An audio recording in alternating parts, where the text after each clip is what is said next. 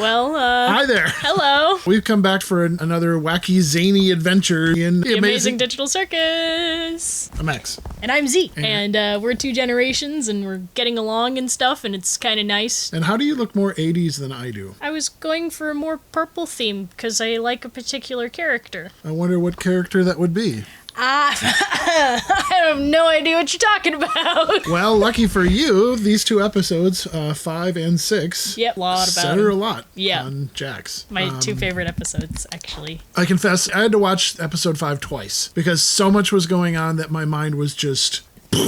Yeah, I had to watch it a couple times myself, if that makes you feel any better. I can see the appeal of watching it repeatedly just because there's so many little things in there. So Jax gets a video game kill, and then we get to go to The Oval Office. the Oval Office, and then... Yeah, intermission time. Yeah, or and something then like that. weird graphics start coming up, and it's all trippy, and it felt like... I was like, what is happening here? Well, I'll tell you one thing, the animators were having a whole lot of fun with that one. They were. They must have had pent up with a lot of crazy ideas, because they're just like barfing it all onto one episode. One of the things was Kane's eyes. One turned into a body and one turned into a ball, and it just started playing hacky sack with the other. What? I never saw that. It happened. So you actually frame by frame this stuff.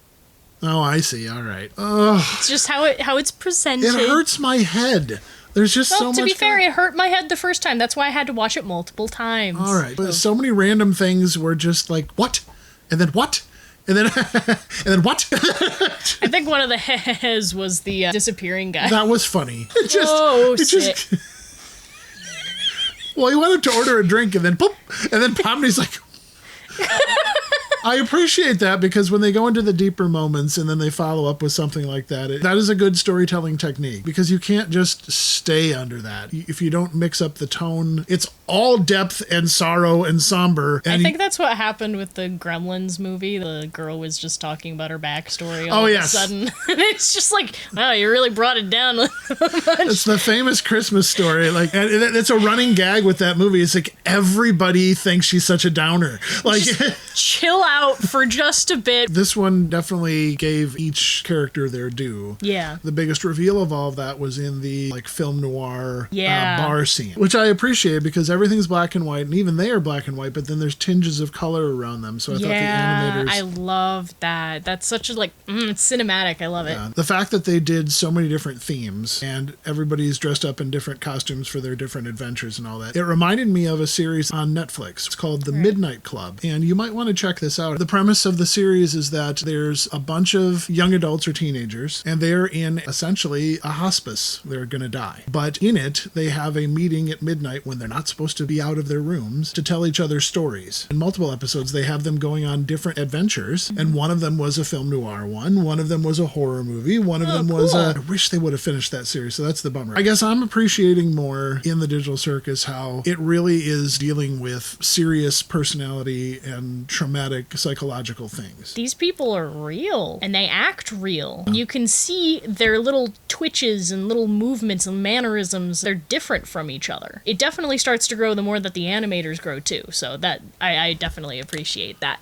I had to watch it again so I could start getting things, and my lovely wife came into the kitchen, and she just was looking at it going, what What are you watching? And then she gave her summary of it, but it's just her first impression. And that's kind of the trick. It's like, if that's all you see, you That's haven't... all you'll ever see. It is all you'll ever see. You haven't dove deep enough. This is really about people trying to get centered in a very chaotic place, and there's other broken people, and that's all we have. And weirdly enough, that's life.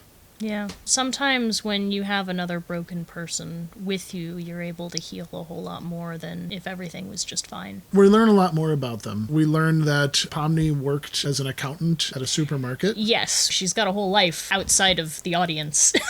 And we learn she's 25. Gooseworks actually released their ages, and I find it very interesting that she's older than Jax. Oh, okay. He's like 22, I think. No, you're doing like extracurricular notes. Like all I did...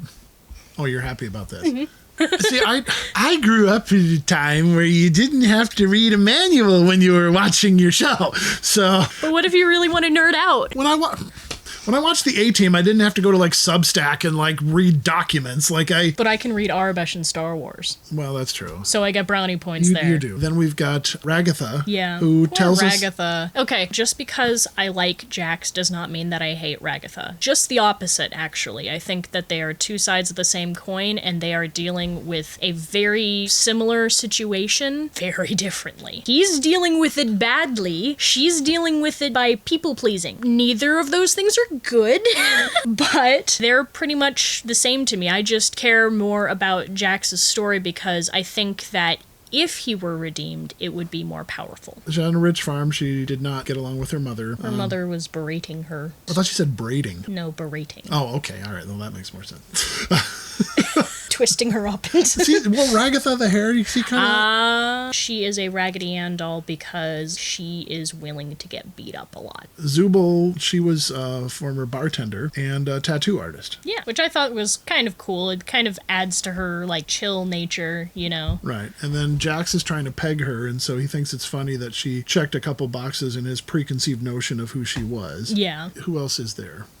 Gangle? Oh, yeah. Poor Gangle gets forgotten all the time. Well, she's just a ribbon in his mask. It's weird.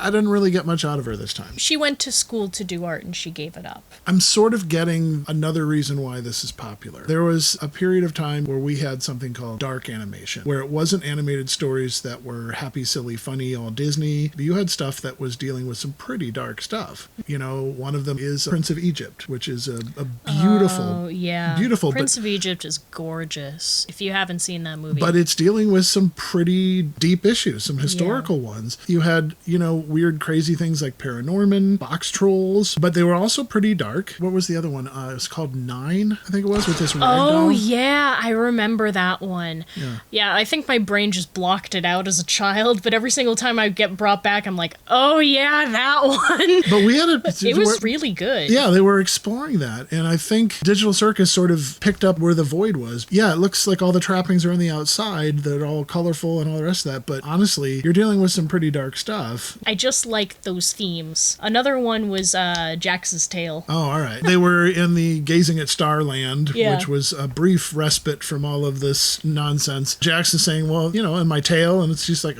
you don't have a tail. Yeah, and And then I noticed too, like have I seen him with a tail before? I have to now look back at older episodes to see if he had one or not. Oh, okay. kind of the point, but I will tell you so you don't have to do your research, okay? He didn't have a tail. The only time that he did was in the next episode. Right. And you noticed that immediately. I did. I thought it was like an animation thing, like his shoulder or something like was behind him, and then I was just like, wait a minute. A lot of people have theories about why he pops in and out of having a tail. My personal theory is that it's only there when he has a personal connection with someone. It's not something that he has any control over, because he genuinely thought that he still had a tail. Clearly, he does not see his own problems. Maybe he has a tale to tell.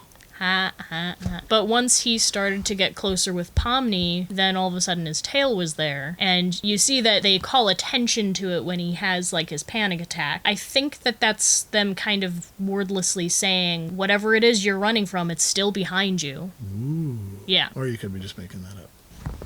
I don't know. That's my theory. Anyways. And then we end in a baseball game. Yes. Which had a lot of goofy stuff, and now we got an evil version of everyone. Except for Gang. Except for Gangle, which she's like, where's my evil clone? Why didn't I get one? I did think it was funny that Evil Jax was actually really nice. Yeah, he's just a decent guy. I hope everyone has a great game. I want to kill that guy. I did notice little details in the background. Like the Gummy Goo Gatorade. I thought that was funny. These characters don't want to remember any of this stuff, and Kinger's just like, ha, put it on a billboard. He goes off, especially when Zubul like confronts him. He just is like, I'm gonna kill you all or something like that. Calm down, have some dip. Which carries over into the next episode, actually, Yes. where everybody has guns. Yes. And Kane's great idea is just to have them, he wants to do it as a trust exercise, but then he realizes that's not going to work. And so No, because Jax just has to ruin everything. yeah, just kill each other. And so it turns into the Hunger Games. These little lines from Kane. One of them was just like, here, have guns, I don't care anymore. And then Zubul goes, what, have guns and have fun? He said, I didn't say have fun. And she's like, isn't it kind of aimless? Use the sights. There is an interesting scene there. When he's like up on his little lawn chair, he's looking at pictures. And the pictures look very similar to the office that Pomni was running in. I saw that, yes. Yeah. No, I noticed that too, that CNA was on the camera logo that was filming everyone, but then Yeah. it changed to 3 other different letters. It did? Yeah, it was like GJI or something like that. Have to I go noticed something you didn't? Yes, you did. Caught on camera. Literally. Caught on...